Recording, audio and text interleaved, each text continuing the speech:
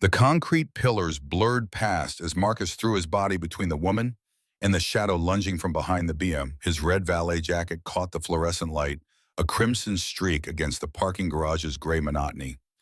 Time stretched that peculiar elasticity that arrives when survival narrows to a single moment. The woman's perfume, something expensive, probably French mixed with the garage's oil-stained air. Her scream caught in her throat more gasp than sound, and Marcus felt her weight against his outstretched arms as he pushed her backward, away from the blade that carved the space where her spine had been 3 seconds earlier. The attacker's face remained obscured, a ski mask rendering him anonymous, but his eyes betrayed training. Not street violence, something colder. Professional. Marcus had seen enough bar fights in his 28 years to recognize the difference between rage and execution. This was execution. The woman stumbled, in her heels, designer shoes never meant for running, and Marcus grabbed her wrist, pulling her toward the stairwell exit. His heart hammered against his ribs, each beat a drum counting down to something he couldn't name. Behind them, footsteps echoed off the parking deck's low ceiling, steady and unhurried. The attacker knew they had nowhere to go. Level P3, 3 stories underground, no witnesses, no cameras in this section. Marcus had parked cars here for 2 years and knew every blind spot the building's security had overlooked. The woman's breath came in ragged gasps beside him. Up close, her makeup couldn't quite hide the exhaustion beneath the kind that accumulated over months, not hours.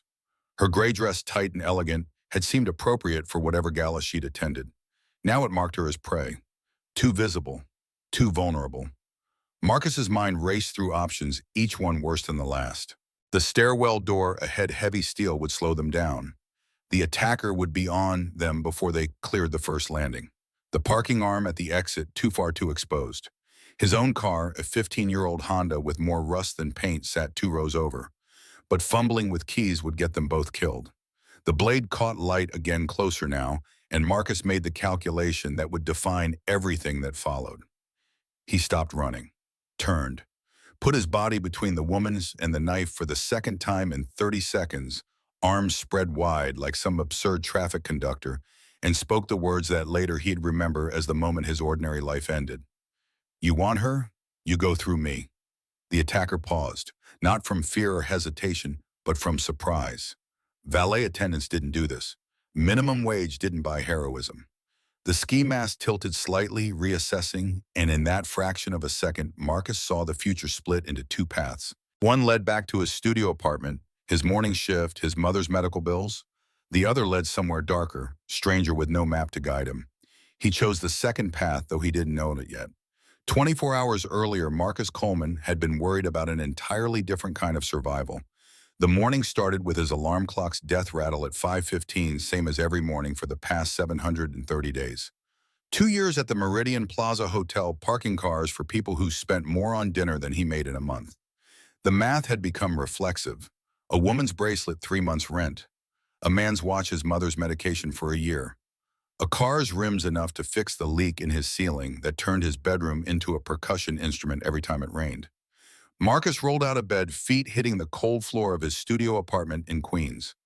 1,400 square feet of New York City life compressed into 320. The radiator clanked, providing heat on its own schedule, indifferent to the January cold pressing against the windows. He'd learned to sleep in layers, wake early enough to shower before the building's hot water ran out. Small efficiencies that separated those who survived the city from those who drowned in it. The mirror above the bathroom sink showed him the same face he'd been living with since high school, just with more shadows under the eyes now. Dark skin that his mother said came from his father's side, though Marcus had no memory of the man who'd left before his first birthday. Strong jaw, broad shoulders, the kind of build that made people assume he'd played football. He hadn't. Couldn't afford the equipment, the time, the luxury of extracurriculars when his mother worked 2 jobs to keep them fed. His valet uniform hung on the back of the bathroom door, the red jacket pressed and ready. Pride his mother had taught him didn't cost anything. Didn't matter if you parked cars or ran companies, you showed up looking like you meant it. He'd ironed the jacket last night, same as every night, creases sharp enough to cut. The subway ride from Queens to Midtown took 45 minutes, packed shoulder to shoulder with the city's early risers.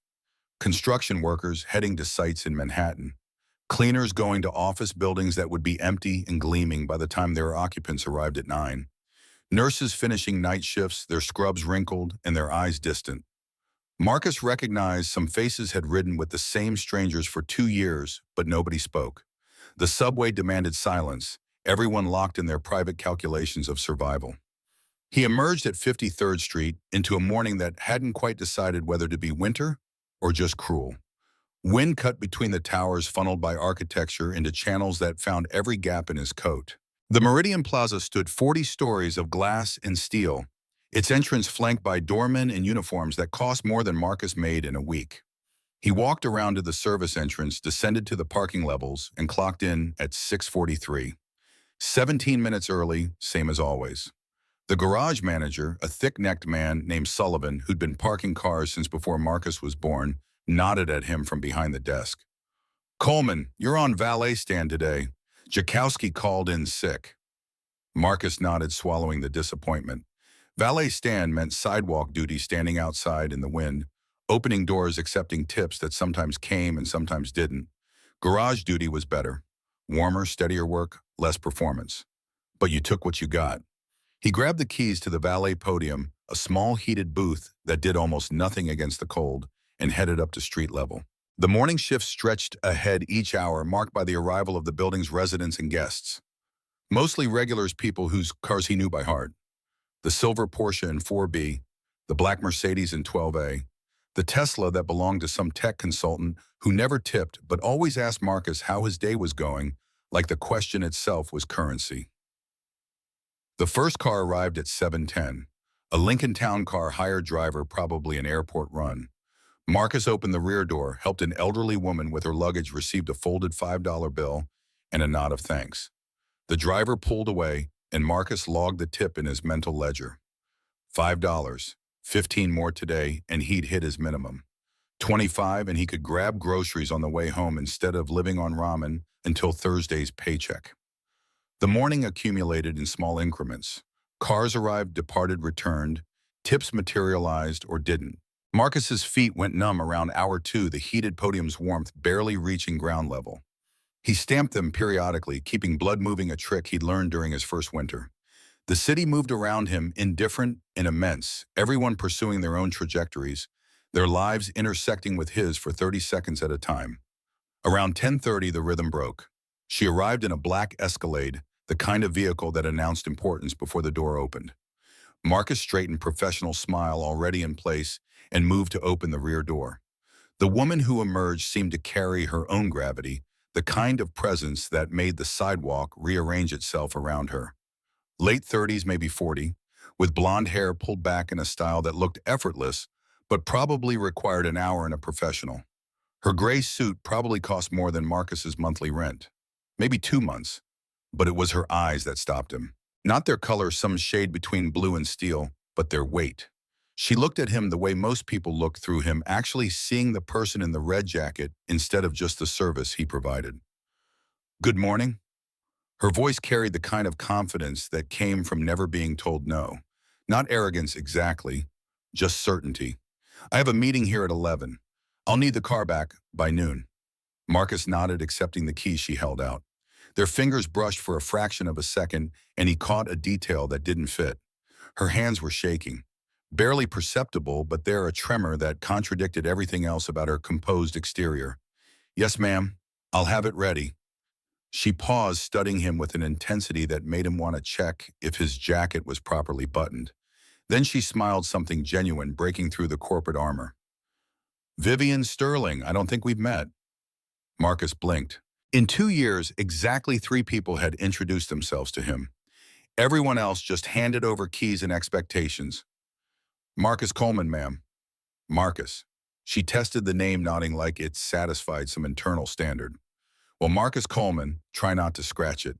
The insurance paperwork is tedious." She turned and walked into the building before he could respond, heels clicking against the sidewalk with rhythmic precision. Marcus watched her go, then looked down at the keys in his hand. The Escalade hummed behind him, engine still running, and he realized he'd been standing there for 15 seconds, like an idiot. He drove the vehicle down to level P2, his usual spot for VIP cars, where they'd be protected from door dings and casual theft. The interior smelled of leather and something else, that same expensive perfume he'd later recognize in the parking garage. A laptop bag sat in the passenger seat, monogrammed with initials VS. Paper spilled from a folder on the back seat marked with red ink and what looked like legal terminology. He didn't read them. That was a line you didn't cross, not if you wanted to keep your job. But curiosity pulled at him as he locked the vehicle and headed back upstairs. Vivian Sterling, the name rang familiar though he couldn't place it. Someone important, clearly. The kind of important that came with bodyguards and bulletproof glass, though he'd seen no evidence of either. Just a woman with shaking hands and eyes that saw too much. The rest of the morning passed in the usual blur. More cars, more tips, more cold wind cutting through his jacket. Marcus's mind kept returning to Vivian Sterling, trying to solve the puzzle of her. The disconnect between her confidence and her trembling fingers. The way she looked at him like he mattered. It probably meant nothing. Rich people sometimes had consciences, remembered that service workers were human. It didn't change anything. At 11:45, his radio crackled. Sullivan's voice gruff and impatient. "Coleman, Miss Sterling's coming down. Have her vehicle ready." Marcus jogged down to P2, retrieved the Escalade, and brought it up to the valet stand with 3 minutes to spare. Vivian emerged from the building at exactly noon, her expression tighter than it had been earlier. Whatever her meeting had been about, it hadn't gone well. She walked faster, her heels striking the sidewalk like punctuation marks, and Marcus opened the rear door before she reached the vehicle. "Thank you, Marcus." She remembered his name. That almost never happened. Marcus nodded, professional smile in place, and prepared to close the door. Then her hand caught his wrist, surprisingly strong. "You seem like someone who pays attention." Her voice had dropped quiet enough that the street noise almost swallowed it. "If you see anyone asking about me, anyone who doesn't belong, I'd appreciate knowing." The words settled between them, heavy with implication. Marcus wanted to ask what she meant, who she thought might come looking, but she released his wrist, and the moment passed. The Escalade pulled away into traffic, leaving him standing on the sidewalk with more questions than he'd started with. Sullivan's voice crackled over the radio, again something about a Mercedes that needed moving, and Marcus pushed the encounter into the back of his mind. Rich people had rich people problems. Paranoia probably came with the tax bracket. It wasn't his concern, except it was, though he wouldn't understand that until the parking garage. Lunch came at 2, a 15-minute break that Marcus stretched to 20 by eating fast. The deli 3 blocks over sold sandwiches that were mostly bread and ambition, but they filled the space. He sat on a bench near Bryant Park watching people who had time to sit in parks, who could spend their Tuesday afternoons reading or sketching, or just existing without the constant calculation of dollars per hour. His phone buzzed, his mother checking in like she did every day around this time. He answered on the second ring. "Hey, Ma." "Marcus." Her voice carried the warm exhaustion of a nurse 12 hours into her shift. "Just wanted to hear your voice. How's work?" "Same as yesterday. Cold. How's your back?" "Oh, complaining but cooperating." She laughed, that sound he'd grown up with, resilient in the face of everything. "You eating enough? You sound tired." "I'm fine, Ma. You're the one who needs to rest." They talked for 7 minutes, the conversation following its familiar grooves. Her back pain that she refused to properly treat because the good physical therapy wasn't covered by insurance. His assurances that he was doing fine, eating well, staying warm. Neither of them mentioned the medical bills that arrived every month, the debt that grew faster than he could pay it down. Some things live better unspoken. "I love you, baby. Be safe." "Love you too, Ma." He hung up and stared at the phone's cracked screen, calculating again. Physical therapy, $200 per session. 3 sessions a week for 8 weeks. $4,800. At his current savings rate, factoring in rent and food and the subway pass and the minimum payment on his credit card, he could afford it in approximately never. The math broke something in him every time he ran it. 28 years old, 2 jobs, the valet work, and weekend security shifts at a warehouse in Brooklyn, and he was still treading water. Drowning slowly, just organized enough to keep his head above the surface. The American dream had been sold to him in elementary school, that bright promise that hard work and determination would build a better life. Nobody had mentioned the price of that life or that hard work, mainly bought exhaustion. Marcus finished his sandwich, threw away the wrapper, and walked back to the Meridian Plaza. The afternoon shift awaited more cars, more strangers, more transactions that would be forgotten by everyone except him. He'd remember every tip, every slight, every moment of human connection in a job designed to erase him. The afternoon brought a Mercedes with a broken taillight and an owner who blamed Marcus for it. A heated argument with Sullivan about overtime requested but denied. A near miss with a taxi that ran the valet stand's loading zone. The usual catastrophes minor enough that they'd barely register in anyone else's day, but that accumulated in Marcus's chest like stones. Around 4:30, a man in an expensive suit emerged from the building, keys already extended. Marcus took them, logged the ticket, and headed down to retrieve the vehicle. A BMW pristine black parked on P3. He took the stairs instead of the elevator, using the movement to burn off frustration. P3 was quieter than the upper levels, less traffic, more shadows. The fluorescent lights flickered periodically, something maintenance had been promising to fix for 6 months. Marcus's footsteps echoed off concrete, lonely percussion in an empty space. He found the BMW, unlocked it, and slid into the driver's seat. The engine started, smooth German engineering purring to life, and Marcus was backing out when he noticed the other car. A black sedan, windows tinted too dark to be legal, parked 3 spaces over. Nothing unusual about that, except Marcus was certain it hadn't been there this morning. He knew every vehicle on P3 part of the job, and this one was new. He paused, engine idling, studying the sedan. Probably nothing. Someone visiting maybe, or a new resident. But Vivian Sterling's words echoed back. If you see anyone asking about me, anyone who doesn't belong, I'd appreciate knowing. The sedan's engine wasn't running, no signs of life inside, but Marcus felt watched. That primitive instinct inherited from ancestors who'd survived by noticing when the forest went quiet. He put the BMW in drive, headed for the exit ramp, and made a mental note to mention the sedan to Sullivan. Probably nothing. Almost certainly nothing. Except when he glanced in the rearview mirror, the sedan's headlights came on. Marcus delivered the BM, pocketed a $10 tip, and pushed the sedan from his mind. Paranoia was contagious, apparently. Vivian Sterling's nerves had infected him, turned routine work into mystery. He had 3 more hours on his shift, and dwelling on shadows wouldn't change his paycheck. The evening rush started around 6, a flood of residents returning from Manhattan offices, ready to hand off their vehicles and disappear into their apartments. Marcus fell into the rhythm, the choreography of doors opening and closing, of keys exchanged, and tickets validated. His feet had gone from numb to painful, the kind of deep ache that only a hot shower and 8 hours of sleep would fix. At 7:15, Sullivan's voice crackled over the radio again. "Coleman, you've got a request. Miss Sterling needs her vehicle brought up." Marcus felt something tighten in his chest. She'd said she'd need the car back at noon. It was past 7 now. He grabbed the keys from the board and headed down to P2.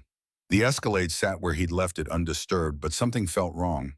Marcus couldn't name it exactly, just a disturbance in the garage's usual atmosphere. He walked around the vehicle, checking for damage, finding nothing. Unlocked it, checked the interior. Everything exactly as he'd left it. He was climbing into the driver's seat when he noticed the envelope on the dashboard.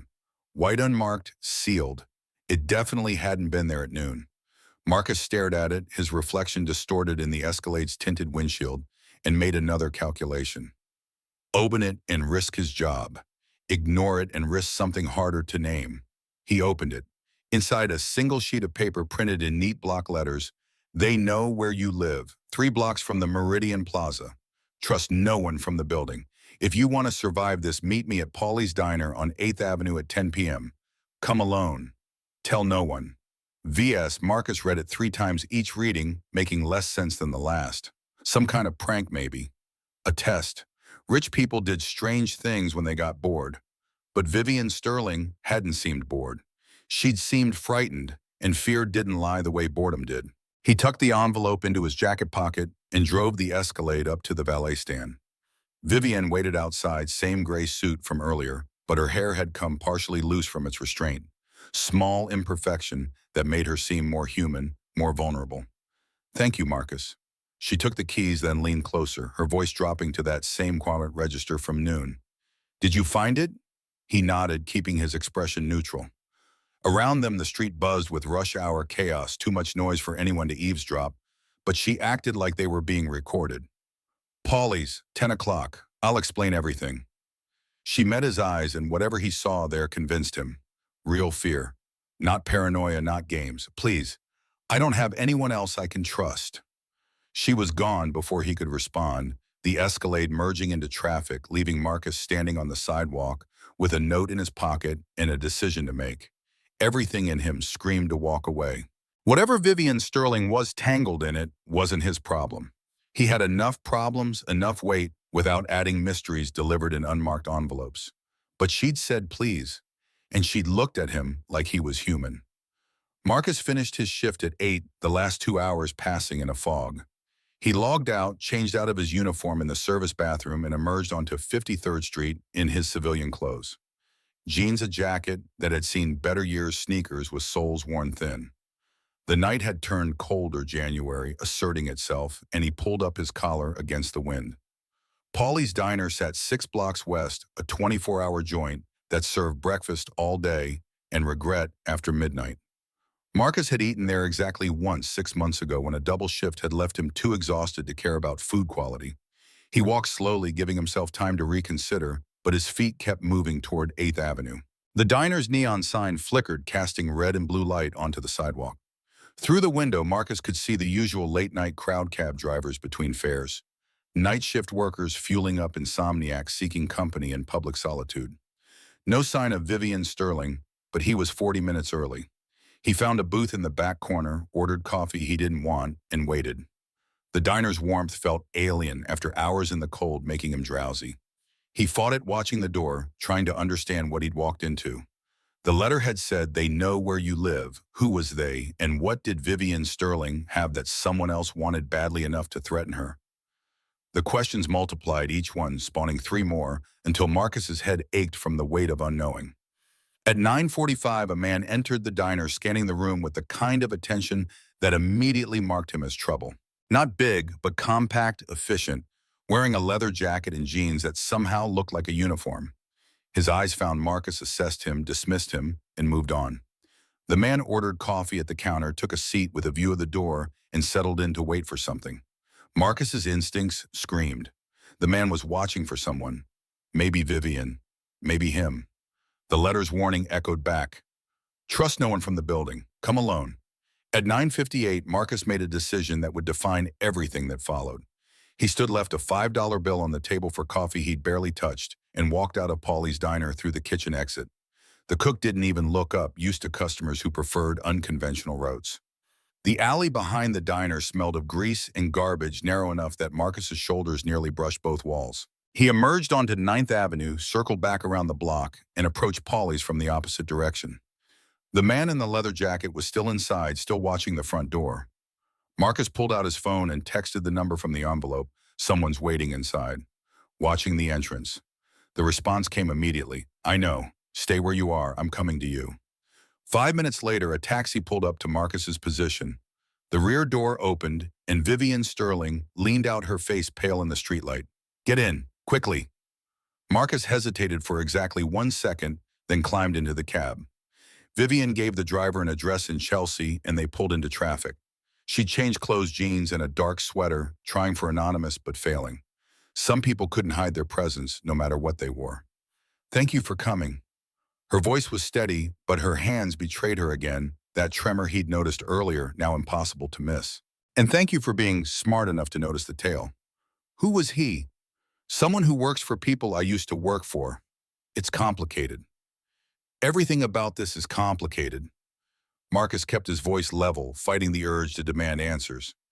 You want to start with why you left me a cryptic note and drag me into whatever this is? Vivian turned to face him, and in the passing streetlights, Marcus saw exhaustion carved into her features. Not the kind that came from one bad night, but from months of carrying weight that should have broken her. 6 months ago, I found something I wasn't supposed to find. Evidence of financial crimes at the company I work for. Was the COO. Past tense as of this afternoon. She laughed, bitter and sharp. I tried to do the right thing, reported it internally through proper channels like a good corporate citizen. And in response, they've been systematically destroying my life. They who? Titan Dynamics, the company, or more specifically, the CEO, and a few board members who've been running an elaborate fraud scheme for 3 years. Stealing from pension funds, cooking books, the usual corporate evil, but on a scale that makes Enron look quaint. Her hands twisted together, knuckles white. I gathered evidence, hired lawyers, was planning to go to the SEC next week. So go to the SEC now. I can't. They've frozen my accounts, filed false charges against me, turned everyone I trusted into enemies or threats. The lawyers I hired, one's in the hospital with a convenient car accident. The other disappeared yesterday, and my apartment was broken into last night. Nothing taken, but the message was clear. They can reach me anywhere. The taxi turned onto a quieter street, brownstones lining both sides, and Marcus processed what she told him. Corporate crime whistleblowing, lives destroyed for speaking truth to power. It sounded like a movie, except he was sitting in the room, and Vivian Sterling's fear was tangible, real, the kind that couldn't be faked. Why me? The question came out harder than he'd intended. You've got lawyers, resources, connections. Why involve a valet attendant? Vivian met his eyes, and something in her expression shifted. Calculation, maybe, or recognition of hard truth. Because everyone I have lawyers and resources and connections with has either been compromised or scared off. But you're outside their sphere. They've been tracking my associates, my friends, anyone with ties to my professional life. A valet attendant at the building where I had one meeting, you're invisible to them. At least for now. Invisible. The word tasted like ash. That's what I am to you, useful because I don't matter. No. Her voice sharpened, gained an edge. Useful because you noticed. This morning when I gave you my keys, you saw my hands shaking. Most people don't see past the suit and the confidence. You did. And tonight you spotted the tail at the diner and adapted. That's not invisibility. That's competence. I need someone competent who they won't see coming. The taxi stopped at a brownstone that looked like every other building on the block. Vivian paid the driver in cash, no credit card trail, and gestured for Marcus to follow her. He climbed out, every instinct screaming at him to get back in the cab, return to his studio apartment, forget this night ever happened. But his feet followed her up the steps. The apartment belonged to someone else. That much was clear from Vivian's careful navigation through the space. She didn't turn on lights, just used her phone's flashlight to guide them through a living room cluttered with someone else's life. Books on psychology, photos of places Marcus didn't recognize, a cat that wound itself around Vivian's ankles like they were old friends.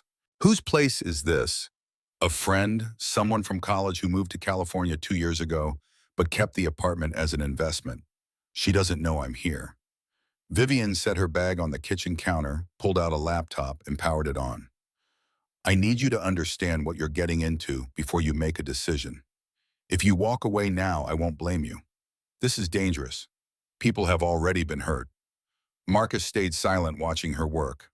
The laptop screen illuminated her face, casting shadows that made her look older, wearier. Files opened, spreadsheets scrolled past, and even from across the room, Marcus could see the numbers. Large numbers? Millions. Billions. Titan Dynamics handles investment portfolios for 300,000 clients. Retirement funds, pensions, college savings. We're talking about normal people's entire futures. Vivian turned the laptop so Marcus could see better. 3 years ago, the CEO, Richard Hawthorne, started diverting funds into shell companies. Small amounts, at first fractions of a percent. Enough to be profitable, but not enough to trigger audits.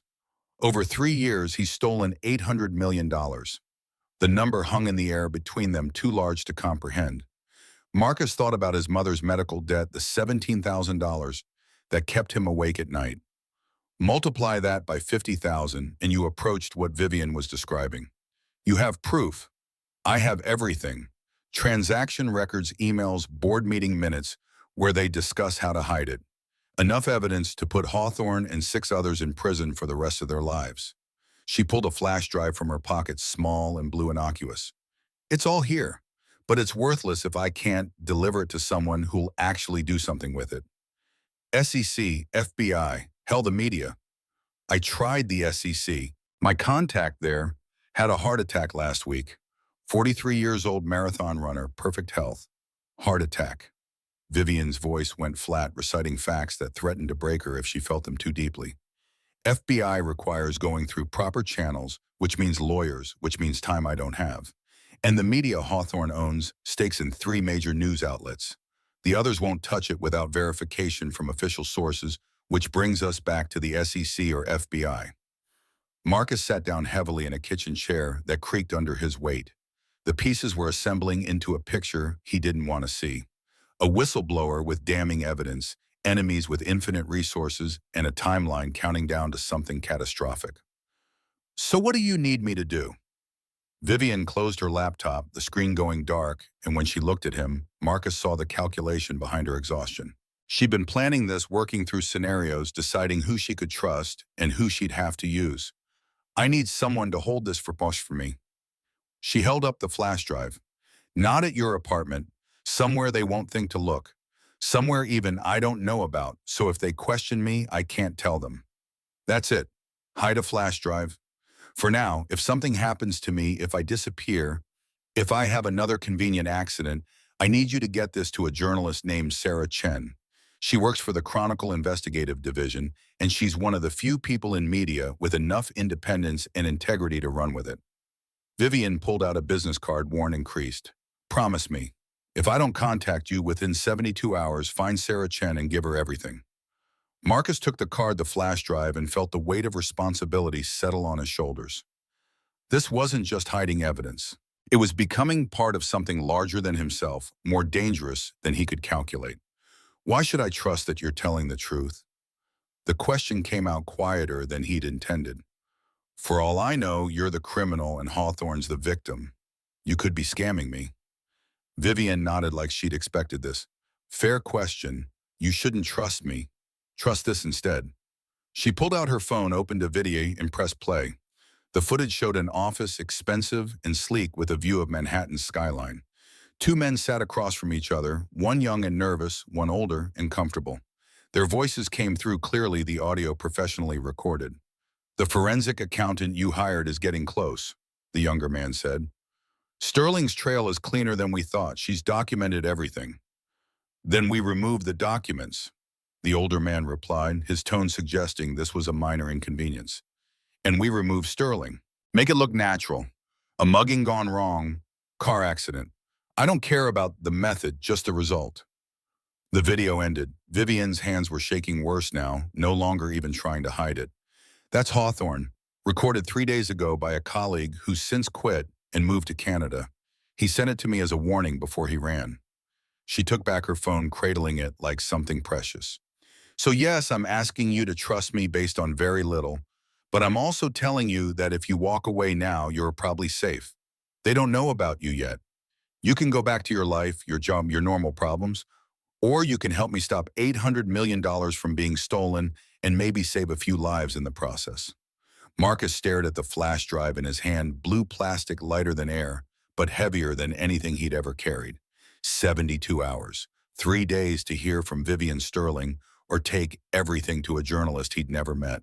3 days that would either pass uneventfully or destroy his life. He thought about his mother. Nurse for 30 years, working double shifts to raise him alone, teaching him about dignity and pride, and doing the right thing even when it cost you. What would she say if she knew he'd walked away from this, that he'd chosen safety over justice because the risk was too high? She'd be disappointed. And Marcus couldn't live with disappointing her more than he already did every month when the bills came due and he couldn't pay them.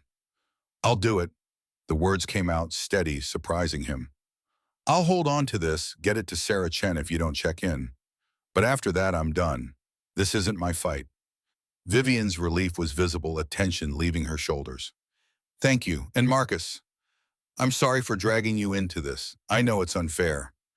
But you're helping save people who'll never know your name, never thank you, never understand what you risked. That matters, even if it doesn't feel like it right now.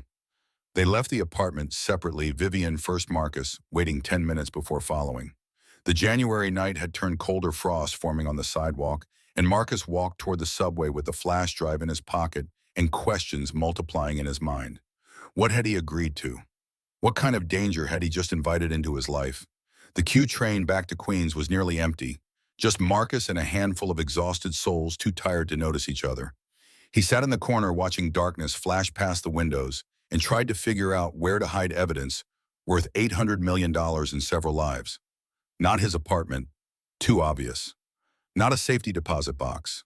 Requires identification, creates a paper trail. Not with friends he had exactly two, both struggling as hard as he was, and he wouldn't risk dragging them into this. The flash drive needed to disappear somewhere mundane, somewhere a billion-dollar corporation wouldn't think to look. By the time Marcus reached his stop, he'd decided. Tomorrow during his lunch break, he'd take care of it.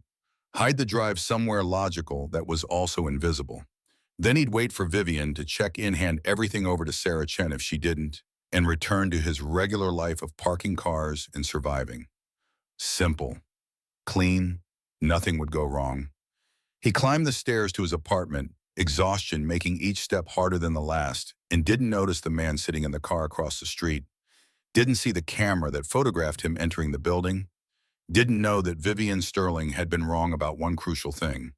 Marcus Coleman wasn't invisible anymore. The next morning started identically to every other morning. Alarm clock at 5:15, cold floor, radiator clanking. Marcus went through his routine on autopilot, his mind still processing the previous night.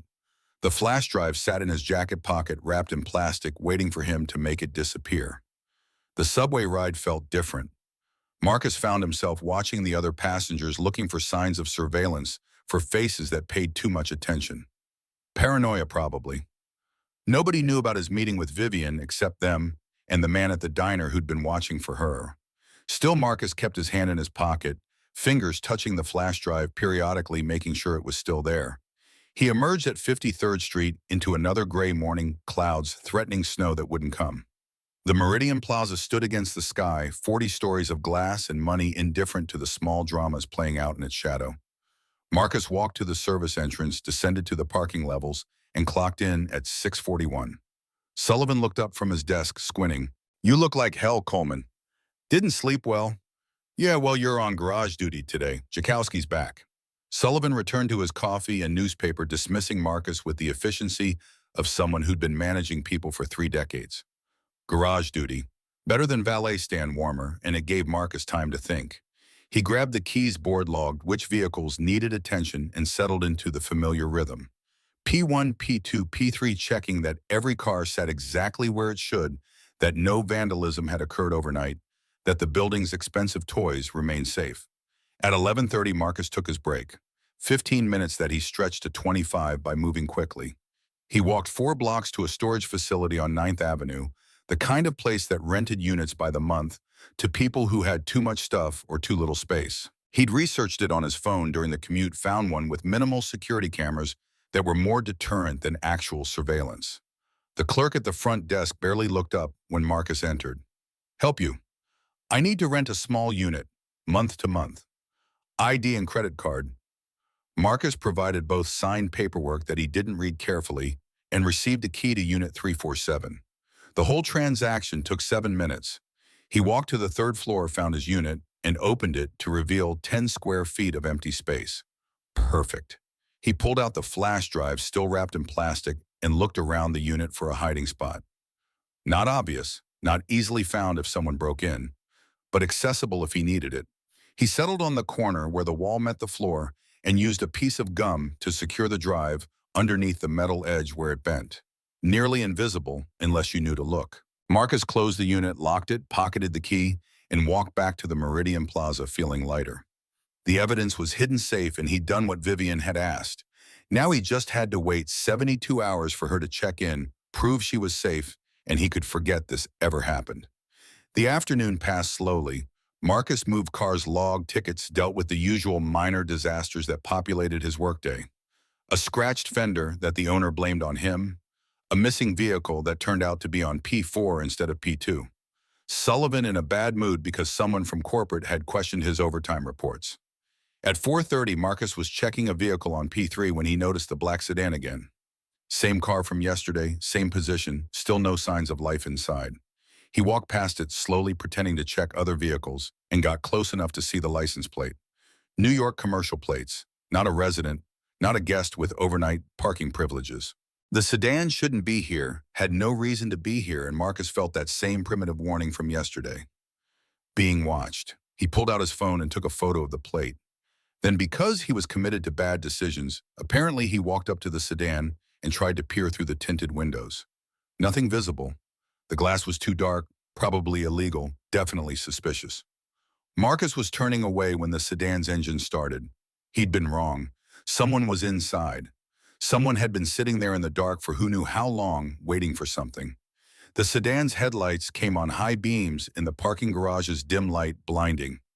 Marcus stepped back, instinct screaming at him to run, but his legs felt frozen. The sedan's door opened and a man emerged. Not the leather jacket from the diner. Someone else. Bigger. Professional in that same way that marked him as dangerous. He smiled at Marcus, friendly and cold. Marcus Coleman, we've been looking forward to meeting you. Every alarm in Marcus's body went off simultaneously. He turned and ran, footsteps echoing off concrete, heading for the stairwell. Behind him, he heard the man laugh, not concerned, just amused. There's nowhere to go, Marcus. The exits are covered. Your apartment's covered. We know about the storage unit on 9th Avenue.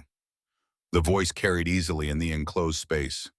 Ms. Sterling made a mistake bringing you into this, but we can fix mistakes. Marcus hit the stairwell door at full speed, shoulder slamming into metal, and took the stairs 3 at a time, going up. His mind raced faster than his feet. They knew about the storage unit. They'd been following him this morning, watching when he'd thought himself clever. The flash drive was compromised. He was compromised.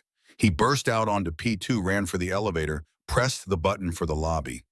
The doors closed just as he heard footsteps in the stairwell. The elevator rose too slowly, each floor an eternity. Marcus pulled out his phone, hands shaking worse than Vivian's had been, and typed a message to the number from last night. They found me. Storage unit compromise. Need to meet. Now. The elevator reached the lobby and Marcus stepped out into chaos. Hotel guests moving through the space oblivious. Doormen helping with the luggage. Everything normal, everyone safe except him. He walked quickly toward the entrance, trying not to run, trying not to draw attention. Sullivan's voice called after him. Coleman, where are you going? Your shift's not done. Marcus ignored him, pushed through the revolving door, and emerged onto 53rd Street. The sidewalk was crowded with the afternoon rush, starting early, people heading home, or to happy hours, or wherever people went when they weren't running for their lives. Marcus joined the flow, moving west, putting distance between himself and the Meridian Plaza. His phone buzzed. Vivian, corner of 47th and 10th. 20 minutes. Don't go home. Don't go anywhere predictable. 20 minutes. Marcus checked his watch, 4:48. He had 12 minutes to cover 7 blocks while being followed by professionals who knew his face, his habits, his entire life. He ducked into a Starbucks, bought coffee he didn't want with cash, and exited through a side door. Doubled back east for 2 blocks, then south, then west again. Basic evasion things he'd learned from movies and books, probably useless against actual surveillance, but better than walking a straight line. He reached the corner of 47th and 10th at 5:06, 4 minutes early, and tried to look casual while his heart hammered against his ribs. The area was semi-industrial, caught between neighborhoods, the kind of place where nobody paid attention to anyone else. Vivian's Escalade pulled up at exactly 5:08. Get in! Marcus climbed into the back seat. Vivian sat in front of the man he didn't recognize driving. She looked worse than last night makeup, not quite hiding the bruise on her cheek, fresh since yesterday. What happened to you? I got complacent. Thought I'd covered my tracks well enough to go home. I was wrong. She turned to look at him, wincing at the movement. They grabbed me outside my building this morning. Wanted to know where the evidence was, who I'd given it to. I didn't tell them. They know about the storage unit. I know. They were tracking your phone. My fault. I should have warned you to turn it off, use a burner. Vivian pulled out a new phone still in packaging. Use this from now on. Your old one is compromised. Don't go back to your apartment. Don't contact anyone you know. As of right now, you're a target. Marcus wanted to argue, to push back against the impossibility of what she was saying. Instead, he just felt tired. 24 hours ago, his biggest problem had been medical bills. Now he was running from corporate assassins because he tried to do the right thing. The flash drive, we have to assume they have it or will have it within the hour. They'll crack the storage unit's lock, find it, think they've won. Vivian smiled, sharp and dangerous. Except the drive they find won't have anything useful on it. Insurance policy I set up yesterday. Multiple copies, multiple locations. You were holding the decoy. Marcus stared at her processing. You used me as bait. I used you as a test to see how quickly they'd find you, how complete their surveillance was. Now I know they're good, but not perfect. They found you at the storage unit, but not at the apartment in Chelsea. That's useful information. I could have died, but you didn't. Vivian's voice went cold corporate, the tone she probably used in boardrooms when reducing headcount to improve quarterly numbers. And now we know their capabilities. That knowledge helps us survive the next 72 hours. The Escalade turned onto a street Marcus didn't recognize, heading somewhere he couldn't anticipate. The driver said nothing, just followed whatever route Vivian had planned. Marcus felt the last of his normal life slipping away, replaced by something stranger and more dangerous. Where are we going? Somewhere safe, relatively. Vivian handed him the new phone. First, call your mother. Tell her you're taking a few days off, going upstate to clear your head. Something believable but vague. If they pressure you about where exactly you don't know, you're figuring it out. Keep it under 2 minutes.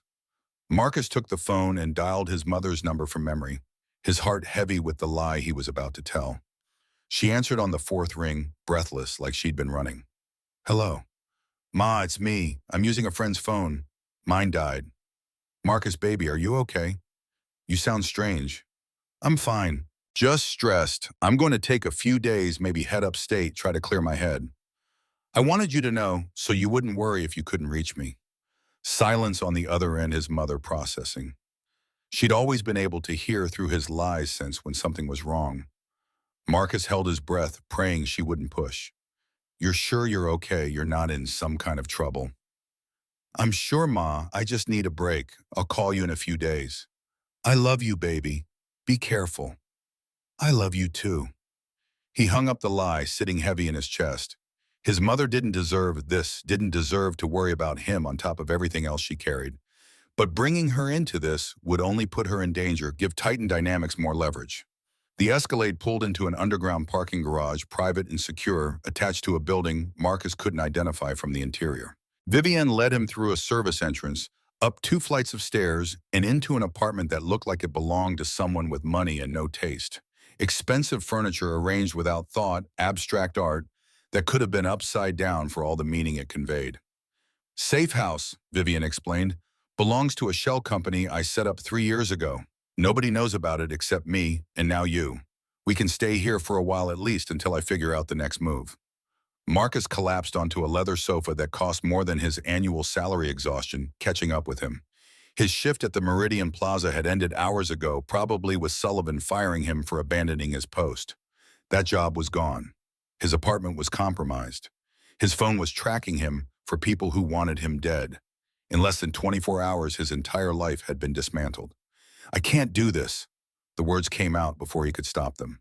I'm not a spy or an investigator or whatever you need. I park cars. I'm just trying to survive. Vivian sat across from him, her bruised face showing sympathy mixed with something harder. Determination or desperation, Marcus couldn't tell which. I know, and I'm sorry, but you're in it now whether you want to be or not. The moment they saw you with me, you became part of this. Leaving won't make you safe. It'll just make you an isolated target. She leaned forward, elbows on knees. I can protect you if you stay with me. I have resources, contacts, ways to fight back. Alone, you're vulnerable. Together, we have a chance. Marcus wanted to argue, but the logic was undeniable. Running would accomplish nothing. They knew his face, his address, his patterns. Hiding required resources he didn't have. And something else nagged at him, some part of his conscience that had been trained by his mother's example. $800 million stolen from ordinary people. Retirement funds, college savings, futures destroyed so that Richard Hawthorne could buy another yacht. What do you need from me? Right now, nothing. Rest, eat something, process what's happened. Tomorrow, we start fighting back. Vivian stood, moving toward the apartment's kitchen. There's food in the fridge, clothes that should fit in the bedroom. Try to sleep. We're going to need to be sharp. Marcus watched her go, his mind still racing despite his body's exhaustion. Sleep felt impossible, but he forced himself to the bedroom, found clothes that were close enough to his size, and lay down on a bed that was far too comfortable. Outside, the city continued its usual chaos, millions of people living their normal lives unaware that somewhere in the machine, gears were grinding that would affect them all. He thought about his mother again, about the lie he'd told her, about the job he'd lost and the apartment he couldn't return to, about Vivian Sterling and her $800 million theft, and the evidence that would bring down an empire if it reached the right hands, about the choice he'd made to get involved to help someone he barely knew fight enemies he couldn't see. It should have felt noble, heroic even. Instead, it just felt terrifying, like standing at the edge of a cliff and realizing the ground had already started crumbling beneath his feet. Sleep eventually came restless and populated by dreams of parking garages and men in ski masks. Marcus woke 3 hours later to darkness and the sound of voices from the other room. He stayed still listening. Vivian and the driver discussing strategy, routes in and out of the city, contacts who might still be trustworthy. The timeline for getting evidence to Sarah Chen before Titan Dynamics destroyed it all. He's a liability, the driver said, voice flat. Civilian with no training, no understanding of what he's walked into. They'll use him against us. He's also someone they underestimated. That has value. Vivian's voice carried steel underneath the exhaustion. Besides, we don't have a choice. He's involved now. Better to have him close, where I can protect him, than out there as a loose end. Your compassion is going to get both of you killed. Maybe, but I'm not abandoning him. He's helped me when he had every reason to walk away. That means something. The driver sighed a sound of resignation. 48 hours. That's how long we have before Hawthorne's people find this place. After that, we need to be mobile, constantly moving. Can you handle that? I don't have a choice. The conversation faded as they moved to another room. Marcus lay in the dark processing what he'd heard. 48 hours, 2 days before the safe house became a trap. 2 days to figure out how to deliver evidence to a journalist while an army of corporate security searched for them. 2 days before his life either returned to normal or ended in a parking garage somewhere. He thought about the image from last night himself, standing with arms spread, blocking an attacker from reaching Vivian. How had he known to do that? Some instinct maybe, or just the reflexes of someone who'd grown up protecting what little he had. Either way, he'd made his choice. There was no walking it back. Marcus climbed out of bed, found Vivian in what passed for a living room, staring at her laptop with the kind of focus that suggested she'd forgotten everything else. Can't sleep? Not really, Yukoi. Keep seeing parking garages. Marcus sat near her, careful to maintain distance. What's the plan for tomorrow? We start by getting the real evidence to Sarah Chen. Not in person, too dangerous. But I have a method. Complex, hopefully untraceable. Then we wait for her to verify it, publish it, and hope that public exposure is enough to keep us alive. Vivian closed the laptop, rubbing her eyes. It's not a great plan. It has about 50 points where it could fail. But it's what we have. What happens if it works after Chen publishes everything? Hawthorne goes to prison. His accomplices go to prison. $800 million gets returned to the people it was stolen from. And I get to testify at about 6 different trials while looking over my shoulder for the rest of my life, because there's always someone willing to kill a whistleblower. She smiled, exhausted and genuine. But at least I'll have done the right thing. That has to count for something. Marcus studied her face in the laptop's glow, seeing past the bruise and exhaustion to something harder underneath. Vivian Sterling had chosen this path knowing what it would cost, had gathered evidence and hired lawyers, and risked everything because the alternative, watching $800 million vanish while 300,000 people lost their futures, was unacceptable. You could have run, left the country, disappeared, saved yourself. I could have, but then I'd have to live with myself knowing I'd chosen comfort over justice. Some people can do that. I can't. She met his eyes, that same directness from their first meeting. Neither can you, apparently. Otherwise, you wouldn't be here. She was right, and Marcus hated how right she was. He should be in his apartment, sleeping badly on his worn mattress, worried about medical bills and rent instead of corporate assassins and whistleblower protection. But his mother had raised him better than that, had taught him that some things mattered more than safety or comfort. Tomorrow, then, we get the evidence to Chen and hope she moves fast enough. Tomorrow, Vivian agreed. Try to get some sleep. It's going to be a long day. Marcus returned to the bedroom and lay down again, and this time sleep came easier. Morning would bring new problems, new dangers, but tonight he'd made his peace with the choice.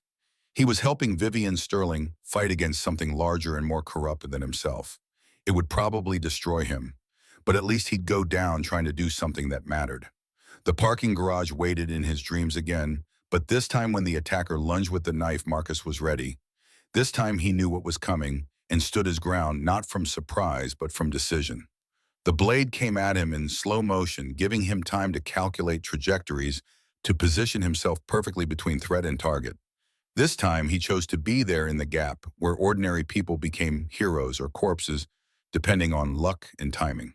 And when he woke with dawn light filtering through unfamiliar windows, Marcus realized the dream had been less nightmare and more preparation, his subconscious trying to ready him for what was coming. Whatever that was. Dawn broke over the safe house with the kind of pale light that promised nothing good. Marcus stood at the window, watching the city wake up below millions of people starting their Tuesday routines, oblivious to the war being waged in the margins. His reflection stared back at him from the glass, a stranger wearing his face, someone who'd crossed a line he couldn't uncross. Vivian emerged from the other bedroom, laptop already open, her bruised face a reminder of how real the danger was. She'd changed into dark clothes, tactical, without being obvious, and her hair was pulled back tight. All business. All focus. The driver's name is Alex, former Secret Service, now freelance security. He's been helping me for the past month. She set the laptop on the coffee table screen, displaying a map of Manhattan, crisscrossed with colored lines. This is our route to Chen. We're not meeting her directly. Too dangerous for everyone involved. Instead, we're using a dead drop system. 3 locations, 3 different boroughs, each one designed to confuse surveillance. Marcus studied the map, the colored lines blurring together. And if they're following us, they will be. That's why we use Alex as a decoy. He leaves first drives, the Escalade pulls their attention. We take a completely different route using public transportation, taxis, anything that's harder to track. By the time they realize Alex isn't carrying anything important, we'll have already made the first drop.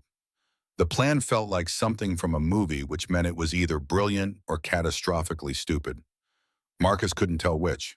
He grabbed coffee from the kitchen, expensive stuff, the kind he'd never bought for himself, and returned to find Vivian pulling items from a backpack. Burner phones. Cash. A taser that looked like it had seen use. Can you use this? She held up the taser. Point and shoot. More or less. Hopefully you won't need to, but hope isn't a strategy. She handed it to him along with one of the burner phones. Stay close to me. Don't use your real name with anyone. If we get separated, the phone has one number programmed. Call it and I'll find you. If I don't answer within an hour, assume I've been compromised and get yourself somewhere public.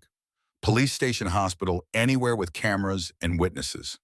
Marcus pocketed the items, feeling their weight like accusations. 24 hours ago, the most dangerous thing in his life had been crossing Midtown traffic.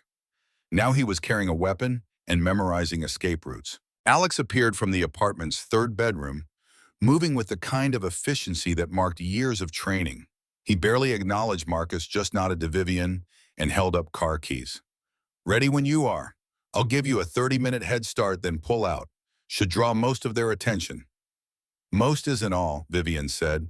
Most is the best we get. Alex headed for the door, paused. Sterling, don't do anything stupid trying to protect the civilian. He's already compromised. Minimize your exposure. Noted. Alex left and the apartment fell into tense silence. Vivian packed the laptop into a messenger bag along with several flash drives, presumably the real evidence, the stuff worth dying for. Marcus watched her work, methodical and practiced, someone who'd spent the past 6 months preparing for exactly this moment.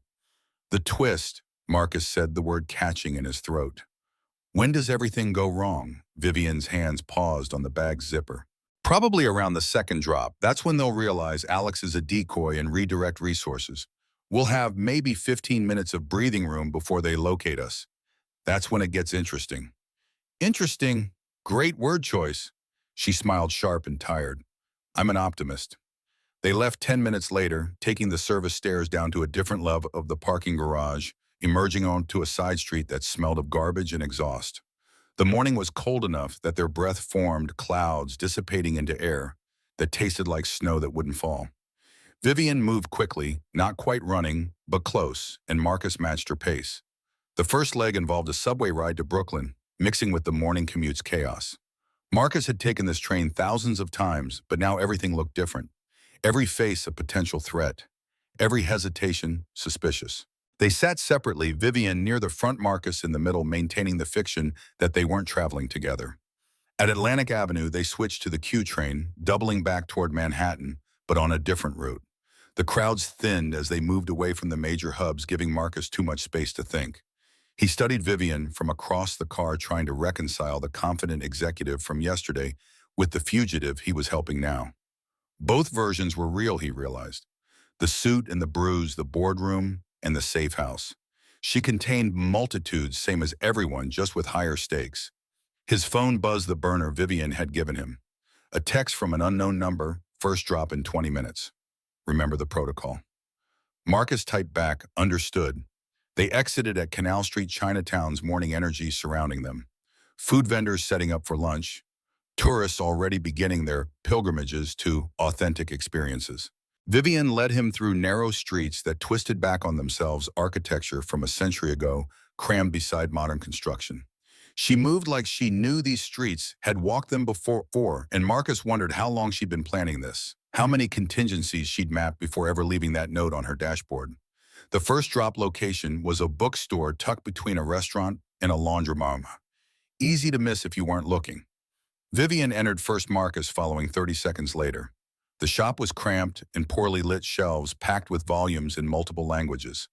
An elderly man sat behind the counter, reading something in Mandarin, and he didn't look up as Vivian moved to the back section. Marcus watched from the front, pretending to browse crime fiction while keeping eyes on the entrance. His heart hammered against his ribs, each second stretching. Vivian pulled a book from the shelf, Marcus couldn't see which one, and slipped something inside before replacing it. The flash drive, presumably. Evidence worth $800 million hidden in a used bookstore in Chinatown. She walked past him without acknowledgement, exited onto the street, and Marcus followed after counting to 30. The protocol: stay disconnected, stay separate, become harder to track. Outside, Vivian had already disappeared into the crowd. Marcus pulled out his burner phone and found a text with an address in Queens. The second drop. He hailed a taxi, gave the driver an intersection 2 blocks from the actual address, and settled in for the ride. The city passed outside the windows, familiar and foreign. Marcus had lived here his entire life, but he'd never really seen it like this, as a battlefield. Every street a potential ambush point, every corner hiding surveillance or worse. The taxi driver hummed along to radio music, oblivious, and Marcus envied him that ignorance. They hit traffic on the Queensboro Bridge, giving Marcus too much time to think. About his mother working her shift at the hospital while he ran from corporate killers. About his apartment now, just a memory, a place he'd never returned to. About the life he'd built that had been so fragile it collapsed in 24 hours. The driver dropped him in Flushing blocks from where he'd grown up, and Marcus walked the remaining distance to the address Vivian had sent. A community center busy with after-school programs and senior activities. He entered, found the bathroom on the second floor, and located the loose tile Vivian had described. Behind it, a small space large enough for a phone. He pulled out one of the burner phones, not his, one of the spares from the safe house, and left it there, powered on, location services active. A tracking device disguised as a dead drop. When Titan Dynamics found it, and they'd waste resources monitoring a phone that would never move or reveal anything useful. Misdirection. Marcus was learning the game.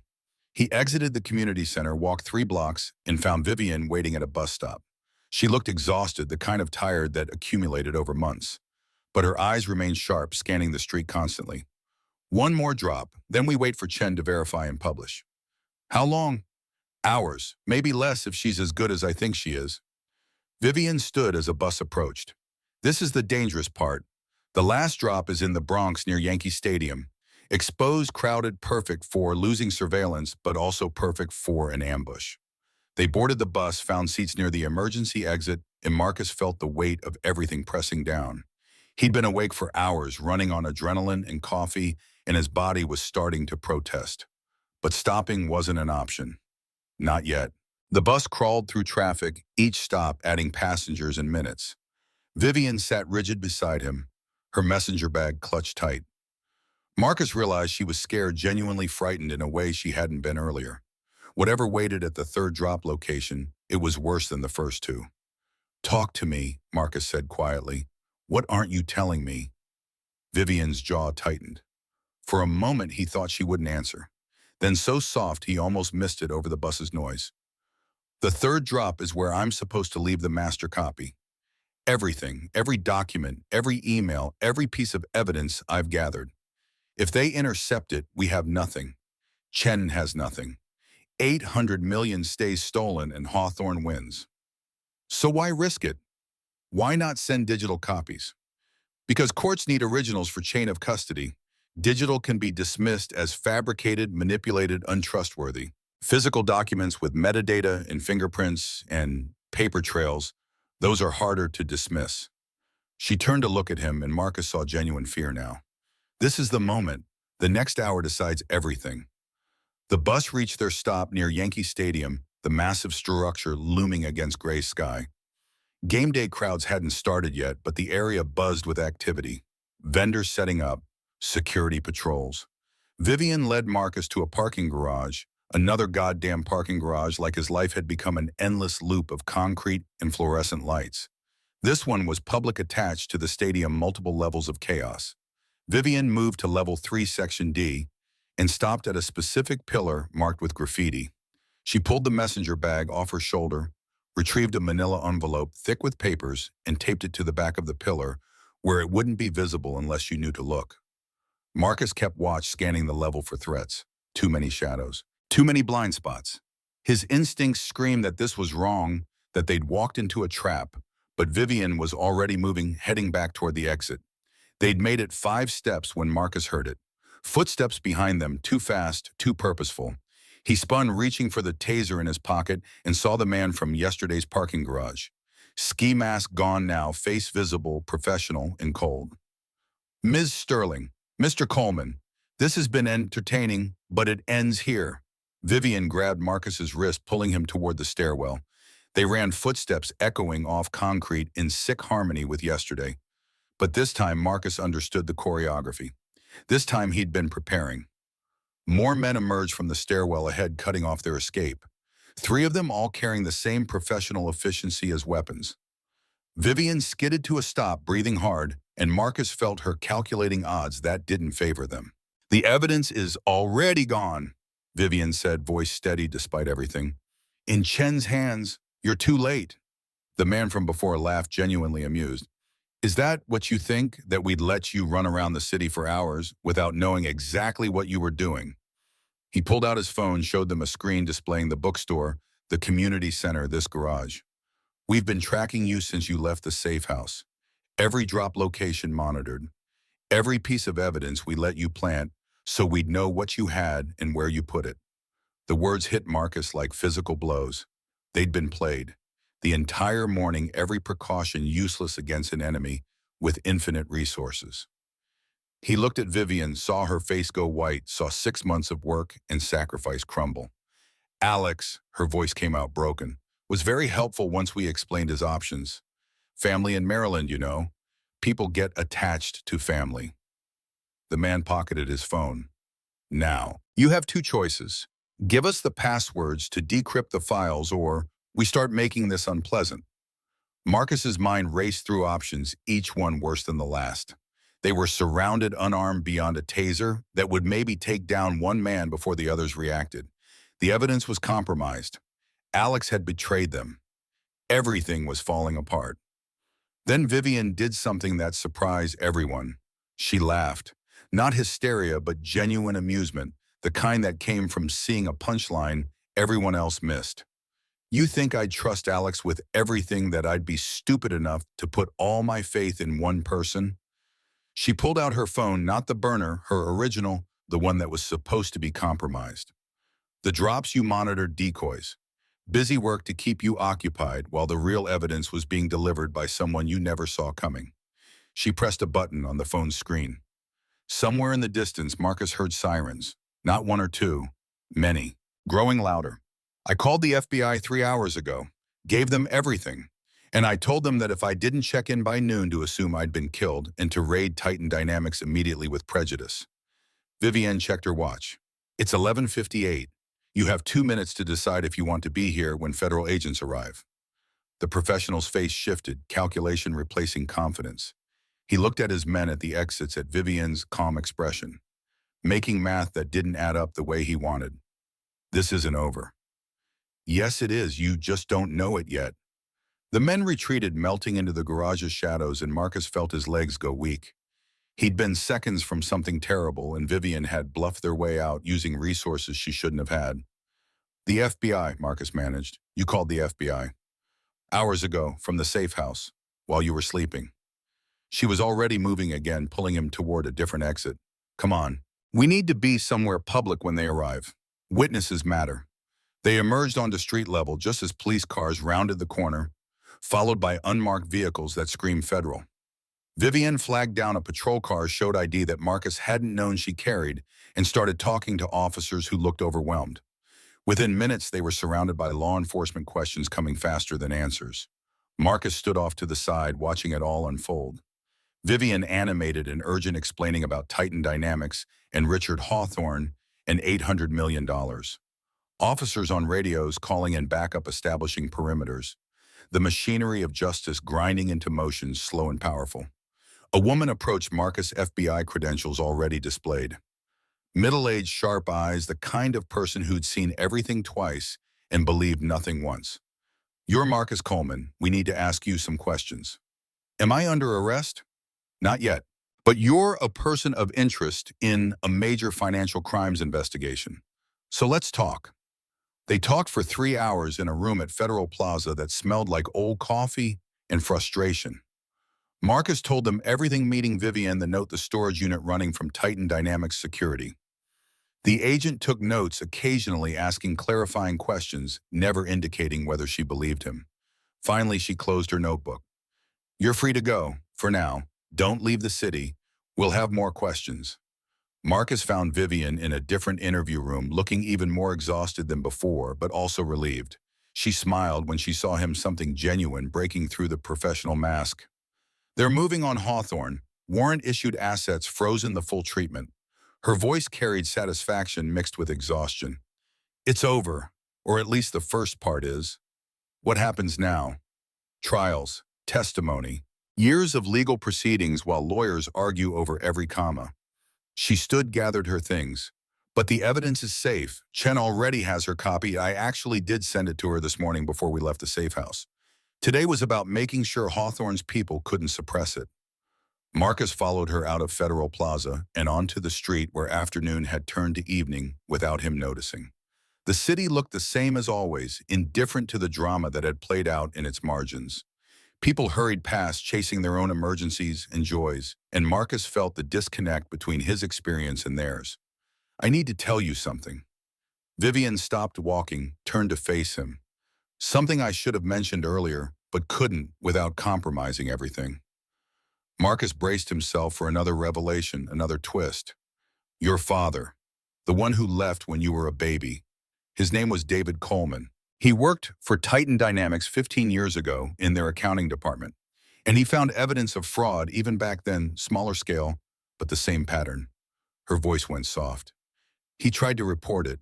They made him disappear, made it look like he'd abandoned his family, destroyed his credibility, erased him from every record that mattered. The words hit Marcus like a train. His father, the man who'd left without explanation, who his mother never spoke about, who existed only as absence and questions. He'd been a whistleblower. He'd tried to do the right thing and paid for it with his life. How long have you known?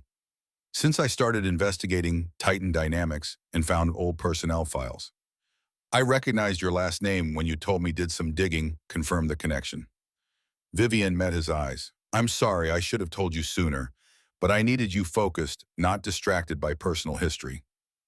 Marcus wanted to be angry, to rage at her for the manipulation, but he was too tired, too wrung out, and the revelation felt like closure instead of betrayal. His father hadn't abandoned them. He'd been murdered for trying to stop the same crime Vivienne was stopping now. Did they kill him? I don't know. The records suggest yes, but there's no proof. He disappeared in 2010, and no one's seen him since. She touched his arm gentle.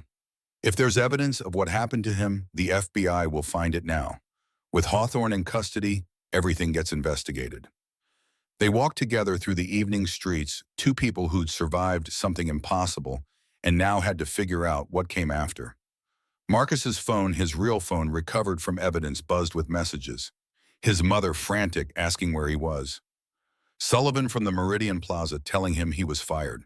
Friends he hadn't spoken to in months curious about why his face was on the news. He'd deal with all of it later. Right now, he just needed to breathe. Vivian hailed a taxi, gave an address Marcus didn't recognize. Come on, you need food and rest in that order. We can figure out everything else tomorrow. The safe house had been compromised, so they went to a hotel in Midtown, anonymous and secure enough. Vivian paid cash, used a fake name, and they took a room on the 8th floor with a view of nothing important. Marcus collapsed into a chair that was more comfortable than his bed at home and finally let himself feel everything he'd been suppressing. Terror, exhaustion, grief for a father he'd never known, relief that it was over, confusion about what came next. Vivian ordered room service, actual food, not just coffee, and determination, and they ate in silence.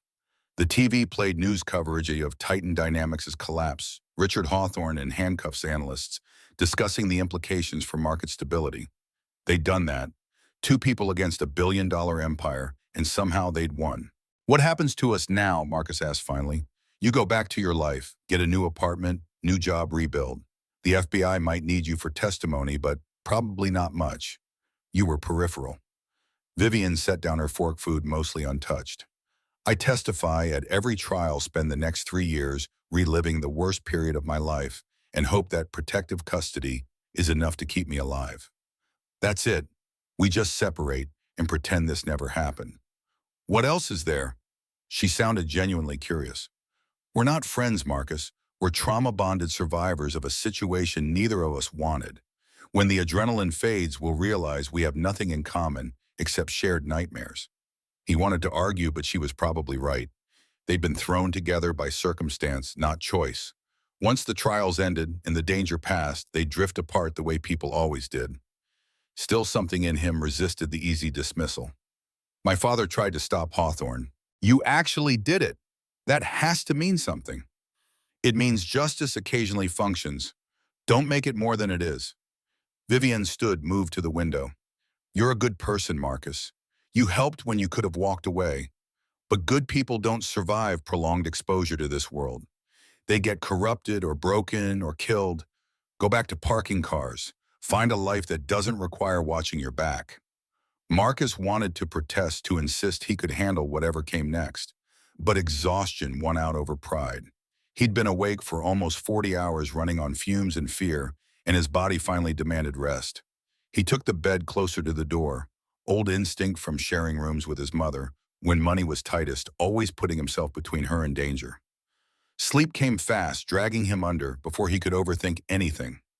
The dreams returned, parking garages and men in masks, and his father's face that he'd never actually seen but imagined anyway. Running through concrete spaces that multiplied endlessly, always pursued, never escaping. When he jolted awake 3 hours later, heart hammering, Vivian was still at the window, silhouetted against city lights. Can't sleep either. Marcus's voice came out rough. Too much adrenaline, too many questions about what comes next. She turned from the window.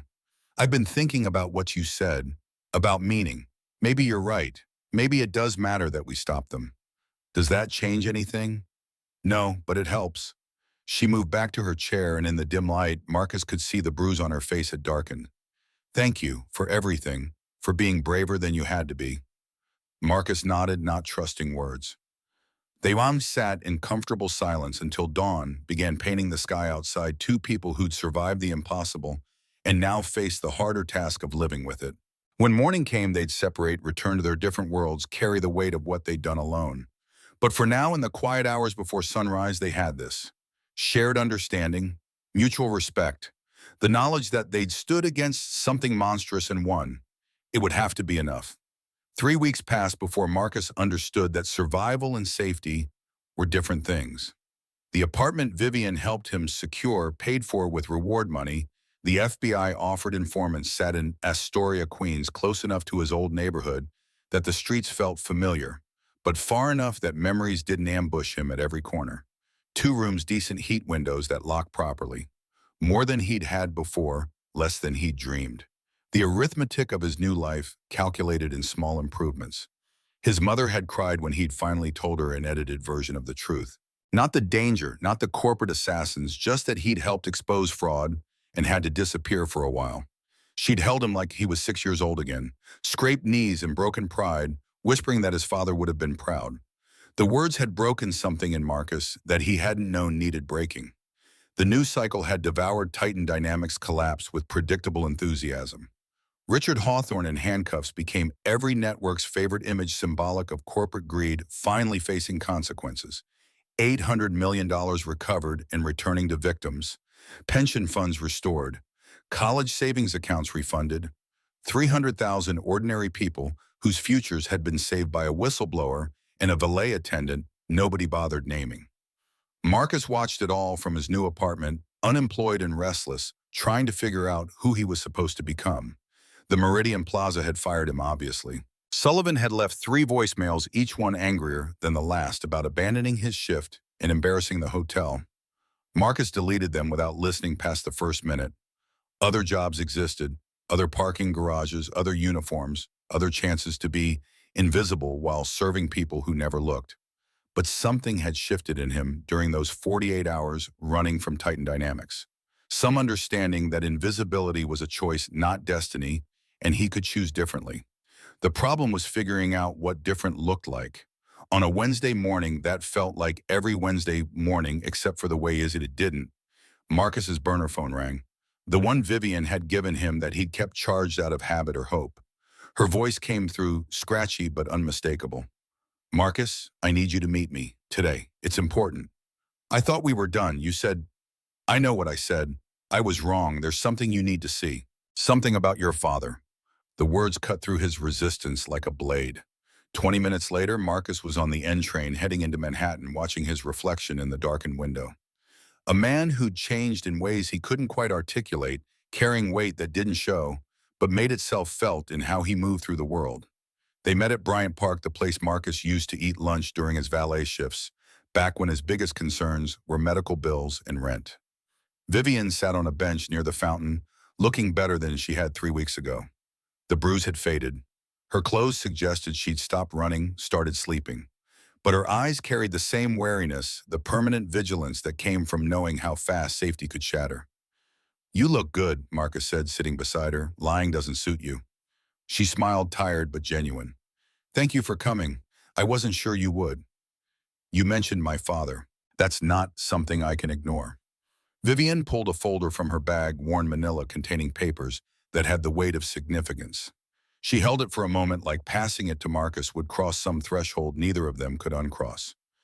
The FBI investigation into Titan Dynamics turned up old files. Archived material from 15 years ago, when your father worked there. David Coleman, junior accountant, 32 years old, married with a 1-year-old son. She opened the folder, showing Marcus documents he'd never seen. Personnel files, performance reviews, a photo of a man who looked like an older version of Marcus's reflection. He found irregularities in the accounts, early versions of what Hawthorne would later expand into full-scale fraud, and he reported it just like I did. Marcus stared at his father's face, trying to reconcile the stranger in the photo with the absence that had shaped his life. Strong features, kind eyes. Someone who'd chosen the principle over safety and paid for it. What happened to him? They didn't kill him. That's the first thing you need to know. Richard Hawthorne wasn't CEO yet, but he was CFO, and he was the one who handled your father's complaint. Vivian pulled out more documents, bank records, and transactions. They blackmailed him, found something in his past, I don't know what, and threatened to destroy your mother's nursing career if he didn't disappear. So he took money, $50,000 paid in cash, and vanished. Made it look like abandonment so you and your mother would be safe. The information settled over Marcus like snowfall, cold and transformative. His father hadn't abandoned them. He'd sacrificed himself, chosen their safety over his presence. The math Marcus had done his entire life Calculating worth in dollars and hours had missed the largest variable. Love that looked like absence. Protection disguised as betrayal. Where is he now? Montana. Small town near Glacier National Park. He's been working construction, living under a different name, sending money anonymously to your mother whenever he could afford it. Vivian handed Marcus a piece of paper with an address. The FBI found him during the investigation. He's willing to meet you if you want. No pressure, but I thought you deserved to know the truth. Marcus held the paper, his father's address in handwriting that wasn't his father's, and felt 15 years of anger dissolve into something more complicated. Understanding, maybe. Or just exhaustion from carrying resentment that no longer had a target. Why are you telling me this? Why not just let it stay buried? Because you deserve better than I gave you. I used you, Marcus. Told myself it was necessary, that the stakes justified the manipulation. But you risked everything for me without knowing the full picture, and the least I owe you is truth. Vivian's voice carried genuine regret. Your father tried to stop them and failed. You tried and succeeded. That's not coincidence. That's who you are. They sat in silence while the park moved around them, people pursuing their ordinary Wednesdays. Marcus thought about Montana, about meeting a father who was a stranger, about whether forgiveness was something you gave or something you performed. The answer felt too large for one morning in Bryant Park. There's something else. Vivian pulled out another document, this one crisp and official. The reward money from the SEC for whistleblowing $20 million, 10% of what was recovered. I'm giving you half. Marcus's brain stuttered over the number. 10 million. More money than he'd earn in 100 lifetimes of parking cars. Enough to erase every debt, solve every problem, transform every calculation that had governed his existence. I can't accept that. You already have. The transfer went through this morning. It's in an account under your name, managed by lawyers who know what they're doing. Vivian stood, shouldering her bag. You earned it, Marcus. Maybe not legally. Technically, you were just a civilian who helped, but morally, ethically, you earned every cent. Use it well. Help your mother. Go to school. Start a business. Whatever you want, just don't waste it trying to go back to who you were before. She was leaving, Marcus realized. Not just the park, but his life, returning to whatever came next for whistleblowers who survived. He stood, caught her arm, found words that surprised him. Come with me, to Montana. Meet my father with me.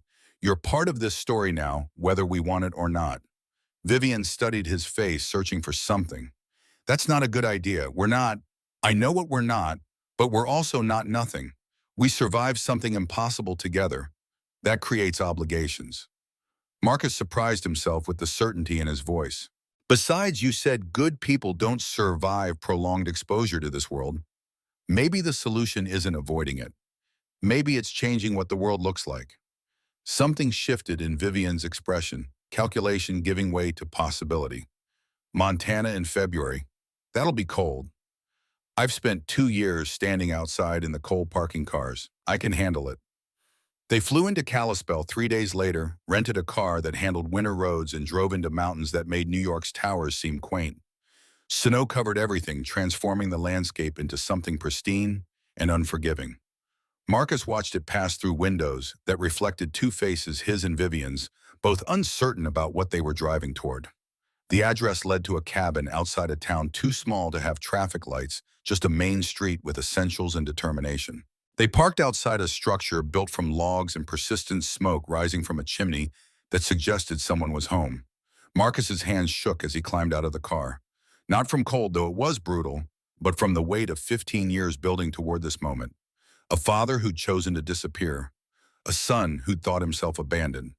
The truth that sat between them like unexploded ordnance. The door opened before Marcus could knock. The man from the photo stood there, 15 years older, but unmistakably his father. Same build, same eyes. The face Marcus saw in mirrors, aged by weather and guilt. Marcus, David Coleman's voice broke on the name. You came. Vivian Sterling said you wanted to meet. Marcus kept his tone neutral, refusing to give ground until he understood what this was. Said you had things to explain. More than I can fit into one conversation. David stepped back, gesturing them inside. But I'll try. In the cabin's interior was spare but comfortable, built for function over appearance. A wood stove providing heat, furniture that looked handmade, photos on the mantel showing Marcus at every age, school pictures his mother must have sent without telling him, evidence of a father who'd watch from distance, present through absence. They sat near the fire and David Coleman told his story, not justifying, just explaining, the fraud he'd found at Titan Dynamics, the threats Hawthorne had made, the choice between staying and risking his family or disappearing and keeping them safe. The $50,000 that had seemed like fortune at the time but had barely lasted 2 years. The construction jobs and false names and sending money whenever he could afford it, hoping it would somehow compensate for not being there. I told myself I was protecting you, David said, hands wrapped around coffee that had gone cold. But really I was just scared.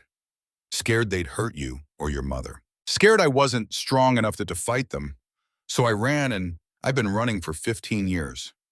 Marcus listened, absorbing information that rearranged his understanding of everything. His mother's medical bills that had mysteriously gotten paid sometimes. The rent money that had appeared during the worst months.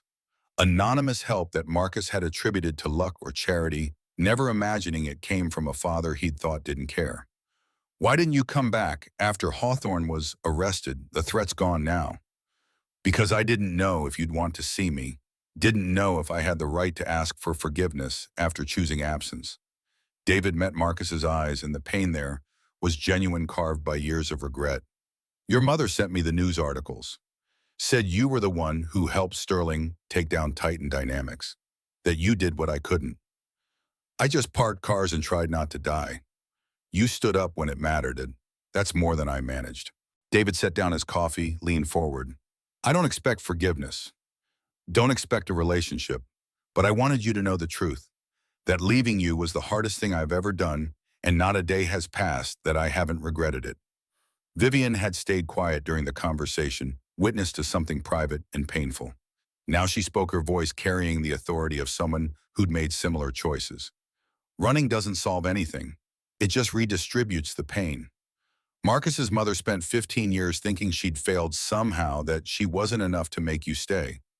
Marcus grew up believing he wasn't worth staying for. You protected them from Hawthorne, but destroyed them in different ways. David flinched at the words, but he didn't deny them. I know. I've known for 15 years. But knowing doesn't change what I did. Marcus stood, moved to the window, stared out at mountains that didn't care about human drama. He'd come here expecting anger, prepared for confrontation.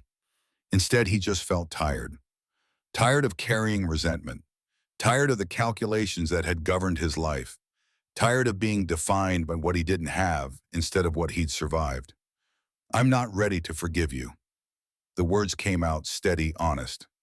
Maybe I never will be. But I'm also not going to spend the rest of my life hating you for choices you made when I was too young to remember. That's just more weight neither of us needs to carry. David nodded, acceptance and relief mixing on his face. That's more than I deserve.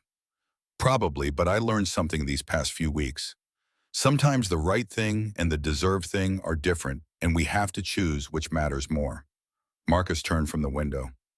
Mom deserves to know you're alive, deserves the chance to decide what she wants from this. I'll tell her, give her your contact information.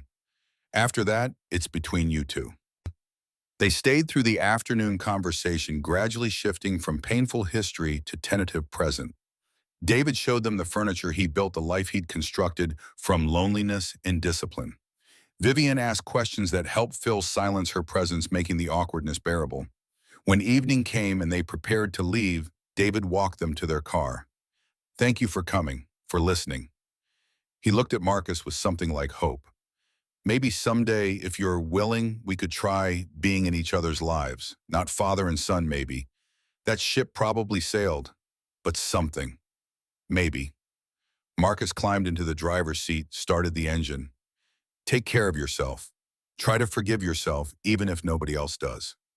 They drove back toward Kalispell through darkness that felt complete, mountains invisible against night sky. Vivian sat silent beside him, letting Marcus process without interruption. Finally, miles past the cabin, she spoke. How do you feel? Like I just put down something I've been carrying my entire life. Lighter, but also strange. Like I have to learn how to walk without the weight. Marcus kept his eyes on the road on the headlights carving path through darkness. Thank you for pushing me to come, for being here. I needed it too. Needed to see that sometimes the story doesn't end with betrayal or death. Sometimes people just make terrible choices they spend years regretting. She paused, then added quietly, I've been thinking about what you said, about changing what the world looks like. And maybe you're right. Maybe the solution isn't running from the system, but building something better.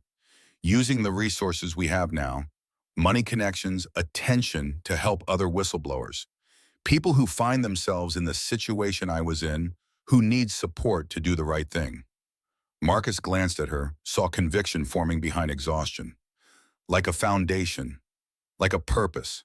The Sterling Coleman Foundation for Corporate Accountability, providing legal support, protection, resources for people who to speak truth to power, making sure what happened to your father doesn't keep happening. Her voice gained strength as she spoke, the idea taking shape. We can't undo the past, but we can maybe prevent some futures from turning out the same way. The idea settled between them, impossible and necessary. Marcus thought about his father hiding in Montana, about Vivian running from parking garages, about 300,000 people whose lives had been saved because two people refused to look away from injustice, about what $10 million could build if wielded with intention instead of spent on comfort. I'm in, on one condition. What's that? We make sure the foundation helps people before they become whistleblowers. Teach them how to gather evidence properly, how to protect themselves, how to navigate systems designed to silence them. Prevention alongside response. Deal. Vivian extended her hand, formal and binding. Partners. Marcus shook it, feeling the calluses from his valet, years against her professional grip. Two people from different worlds connected by trauma and decision, choosing to build something meaningful from wreckage. They flew back to New York the next morning, the city's skyline appearing through clouds like a promise or threat, depending on how you looked at it. Marcus felt the shift as they descended, leaving Montana's mountains for concrete and steel, returning to the place where everything had started and would now continue differently. The foundation took 3 months to establish lawyers and paperwork, transforming intention into entity. Marcus learned about nonprofits and board structures, about mission statements and strategic planning. His mother joined the board after Marcus told her about David, after she'd processed 15 years of deception and made peace she'd needed to make. She brought nursing's practical wisdom, understanding how systems failed people and what support actually meant. Vivian handled operations with the efficiency she'd once applied to corporate finance, finding office space, hiring investigators and lawyers, building networks with journalists and regulators. Within 6 months, the Sterling Coleman Foundation was handling 12 cases, supporting people who had found evidence of fraud or abuse and didn't know how to proceed safely. Marcus discovered he was good at this. Not the legal maneuvering or strategic planning, but the human part. Sitting with frightened people who'd stumbled onto something terrible and needed someone to tell them they weren't crazy, weren't alone, weren't powerless. He understood their fear because he'd lived it. Could speak their language because he'd been one of them, an ordinary person watching the world burn and deciding whether to grab a hose or run.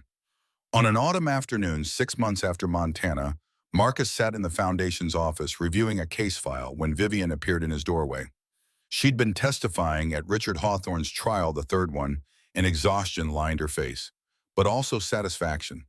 The particular relief of watching justice function, slow and imperfect, but eventually arriving.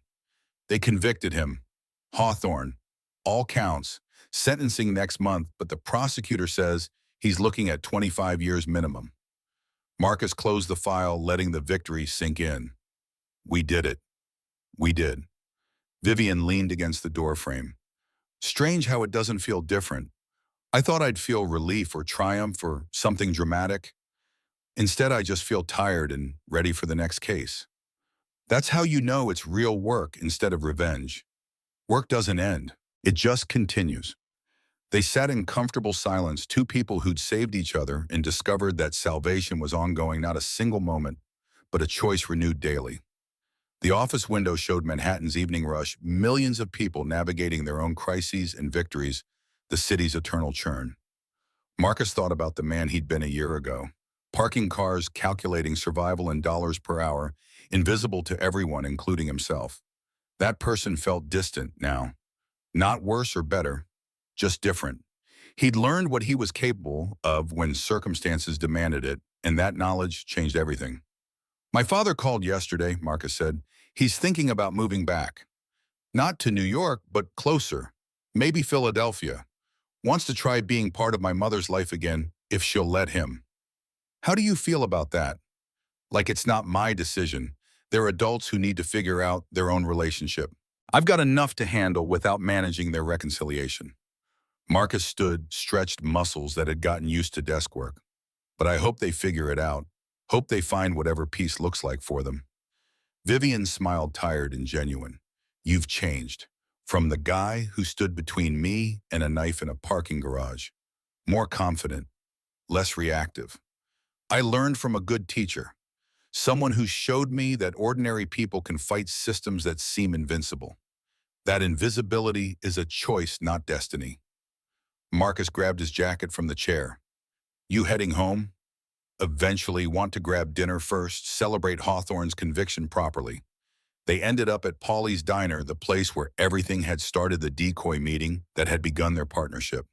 The same neon sign flickered outside. The same waitress took their order without recognition. Everything familiar, everything changed. Over mediocre food and excellent coffee, they talked about the foundation's future, cases they were building, people they were helping, the slow work of changing systems from inside, using resources they'd won to protect others traveling similar paths. Sometimes I wonder what would have happened if you'd chosen someone else that morning, Marcus said. If you'd handed your keys to a different valet and involved someone else in your fight. I think about that too, but I didn't. I chose you because something in your face told me you were someone who saw people. And I was right. Vivienne set down her coffee. We're not heroes, Marcus. What we did wasn't heroic. It was just necessary, and we were the ones who happened to be there. But maybe that's enough. Maybe the world changes not through grand gestures, but through ordinary people deciding they're tired of looking away. They paid the bill, left Paulie's Diner with its flickering neon, and stood on the sidewalk where a year ago everything had been impossible. Now it was just difficult, which felt like progress. Vivian hailed a taxi heading uptown. Marcus would take the subway back to Queens, their paths diverging as they always did, connected by shared history and common purpose. Same time tomorrow, Vivian asked from the taxi's door. Same time tomorrow, Marcus confirmed. He watched her drive away, then descended into the subway's familiar chaos. The Q train carried him toward home through tunnels he knew by heart, past stops that marked his old life and his new one. When he emerged in Astoria, the evening air held autumn's promise. Summer's heat finally breaking change, arriving the way it always did, gradually, then all at once. His apartment waited, small and sufficient, filled with furniture he'd chosen instead of inherited. Photos on the walls showing his mother Vivian, even David from Montana. Evidence of a life built intentionally instead of survived through. Marcus made dinner, checked emails about foundation business, and settled into the comfortable routine of someone who'd learned that survival wasn't enough. You had to build something worth surviving for. Before sleep, he stood at his window looking out at the city lights, thinking about all the people out there facing impossible choices. Some would look away, protect themselves, choose safety over principle. Others would stand up, speak out, risk everything for justice they'd never personally see. And a few would find themselves in parking garages with knives at their throats, forced to decide in seconds what they'd been preparing for their entire lives without knowing it. Marcus hoped they'd choose courage. Hoped they'd find someone to stand beside them when courage wasn't enough. Hoped they'd survive to build something better from the wreckage of fighting systems designed to crush them. He'd done all three, against every probability, through luck and determination and the help of people who believed ordinary people could do extraordinary things. His father had tried and failed, had spent 15 years running from that failure. Marcus had tried and succeeded, had spent the past 6 months learning that success just meant more work. But it was good work, meaningful work, the kind that let you sleep at night knowing you'd spent your hours on something that mattered. That transformed invisibility from prison into strategy, let you move through the world unseen until the moment you chose to be visible. Marcus Coleman, once a valet attendant who parked cars for people who never looked twice now, someone who helped others fight battles they couldn't fight alone. The math still didn't work the way the American dream had promised, but he'd learned to calculate in different currencies. Impact instead of income, purpose instead of paycheck, lives changed instead of hours traded. He climbed into bed, exhaustion pulling him towards sleep that would come easy tonight, and thought about tomorrow. More cases to review, more people to help, more work building systems that protected instead of crushed. Vivian would be there, same time, same fight. His mother would call at lunch asking if he'd eaten enough. David would text awkwardly, still learning how to be present after 15 years of absence. And somewhere in Montana, $800 million was being returned to people who'd never know Marcus's name, never understand how close they'd come to losing everything. That anonymity felt right. Let Vivian take the credit. Let the news stories focus on corporate villains and whistleblower heroics. Marcus was content being the guy who'd stood in a parking garage and refused to move the moment nobody filmed, but that had mattered anyway. Because that's what change looked like up close. Not grand gestures broadcast to millions, but small choices made by ordinary people who decided the world could be better and were willing to work toward it. One parking garage at a time, one whistleblower supported, one system challenged until it broke or adapted. The work continued. The fight wasn't over. But tonight, Mary Marcus could sleep, knowing he'd chosen the right side, had stood between danger and innocence, had transformed himself from invisible to intentional. It was enough. It had to be. And in the morning, he'd wake up and choose it again.